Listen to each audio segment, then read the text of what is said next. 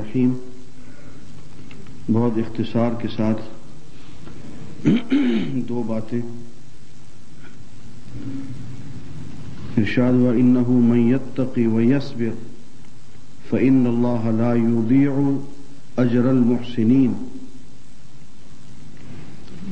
کہ جو شخص تقوی اختیار کرتا ہے اور صبر سے کام لیتا ہے تو اللہ تعالی احسان کرنے والوں کے اجر کو ضائع نہیں فرماتے۔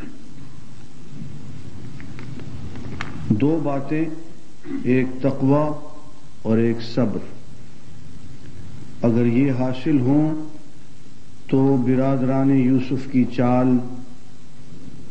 قریش مکہ کی چال، کسی کی چال نہیں چلتی، اللہ تعالی مدد فرماتے۔ ایک جگہ یوں فرمایا وَإِن تَصْبِرُوا وَتَتَّقُوا لَا يَضُرُّكُمْ كَيْدُهُمْ شَيْئًا، اگر تم نے صبر کیے رکھا اور تقوی اختیار کیے رکھا تو ان کی کسی چال سے تمہارا کچھ بھی نقصان نہیں ہوگا۔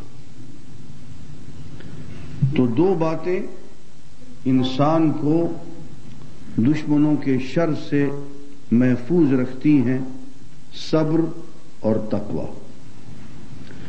دوسری بات جو ہمیں قرآن مجید میں ملتی ہے سورہ یوسف کے آخر میں، وہ حضرت یوسف کی بہت خوبصورت دعا ہے،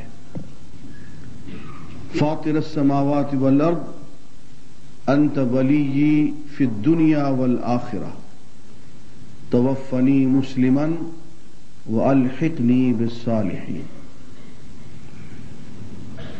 اے آسمانوں اور زمین کو پیدا کرنے والے، تو ہی میرا دوست ہے، تو ہی میرا محبوب ہے اور تو ہی میرا کارساز ہے، اس دنیا میں بھی اور آخرت میں بھی۔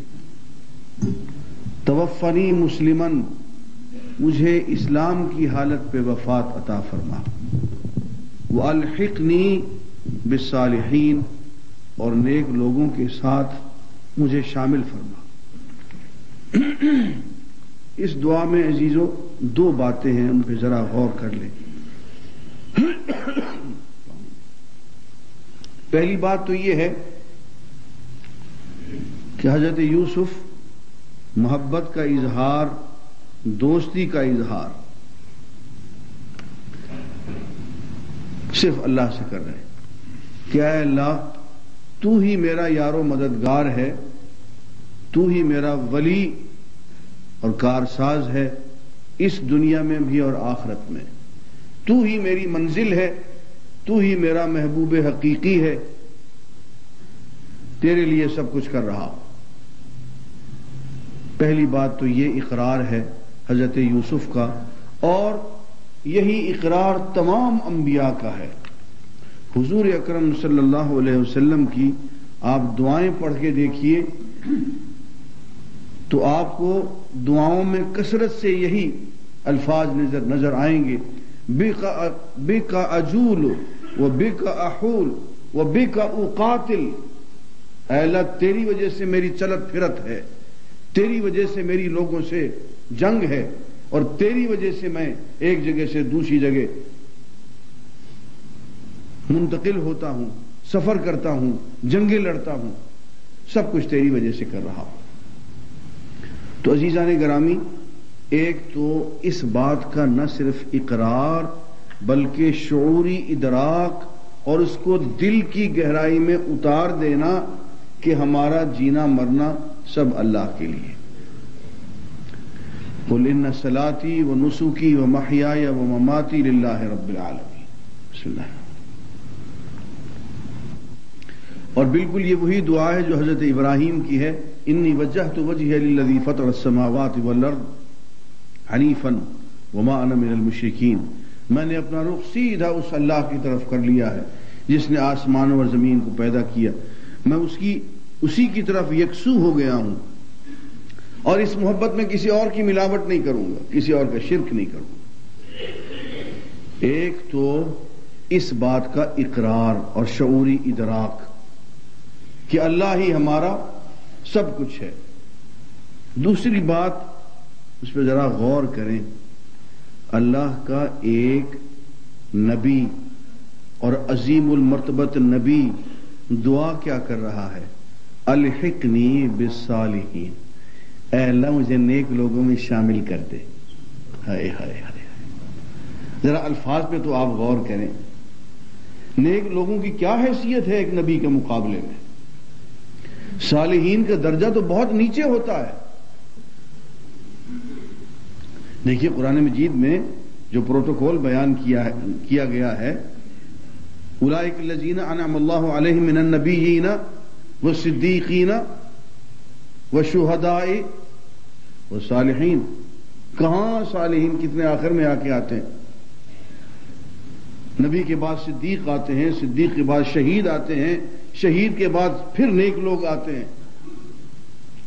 اور اللہ کا عظیم المرتبت نبی یوسف جیسا نبی دعا یہ کرتا ہے الحقنی بالصالحین، اے اللہ مجھے اپنے نیک بندوں میں شامل کر دے۔ کہنا یہ چاہتا ہے کہ میں نیک نہیں ہوں، مجھے نیک بنا کے نیک لوگوں میں شامل کر دے۔ دوستو تواضع کی اس سے بہتر کوئی مثال ہو سکتی ہے؟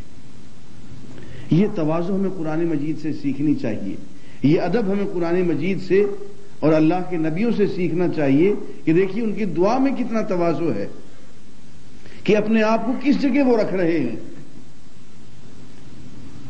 اسی لیے ایک بات میں آپ سے عرض کروں کہ حضور اکرم صلی اللہ علیہ وسلم نے ارشاد فرمایا، من تواضع للہ رفعہ اللہ، جو اللہ کی خاطر تواضع کرتا ہے، جھک جاتا ہے، انکسار کرتا ہے، عاجزی کرتا ہے، اللہ تعالیٰ اس کو بلند فرماتے ہیں۔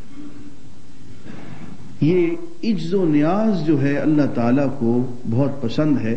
حضرت ابو علی قلندر رحمۃ اللہ علیہ کا ایک شعر ہے کہ بجز عجز و نیاز آجا نمی پرسند چیزیں را، بفیض خاک ساری ہا تواں حل کرد مشکل ہا، کہ اللہ کے حضور سوائے عجز و نیاز کے کسی چیز کی پرسش نہیں ہے، کسی چیز کی وہاں قدر و قیمت نہیں ہے، اس کے ہاں تو صرف خاک ساری پہ ہی سب کچھ مل جاتا ہے۔ بفیض خاک ساری ہا تواں حل کرد مشکل ہا، جتنی مشکلیں اور جتنی مصیبتیں ہیں وہ ہم نے خاک ساری کی وجہ سے ساری کی ساری حل کروا لی ہیں، وہاں پہ بڑھ کے مارنے کی کوئی گنجائش نہیں ہے، وہاں پہ صرف عجز و نیاز، تواضع اور خاک ساری۔ اور اس کا نمونہ یہ دیکھ لیں کہ اللہ کا نبی دعا یہ کر رہا ہے کہ الحقنی بالصالحین، ہاں توفنی مسلمن، اور سنیں کہ اے اللہ مجھے اسلام کی حالت میں کلمہ پڑھتے پڑھتے موت نصیب فرما۔ وہ شخص جس نے ایک دنیا کو کلمہ پڑھا دیا، وہ شخص جس نے کہ ہزاروں لاکھوں کیا کروڑوں انسانوں کو مسلمان بنا دیا، وہ اپنے لیے یہ دعا مانگتا ہے کہ اے اللہ مجھے اسلام کی حالت میں موت نصیب فرما۔ ایسا نہ ہو کہ مرتے وقت میں اسلام سے کہیں ادھر ہو جاؤں۔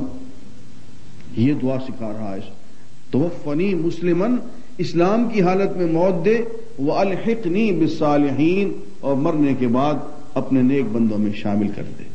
دعا فرمائے عزیزان گرامی، اللہ تعالیٰ دین کی سمجھ اور تواضع للہ نصیب فرمائے۔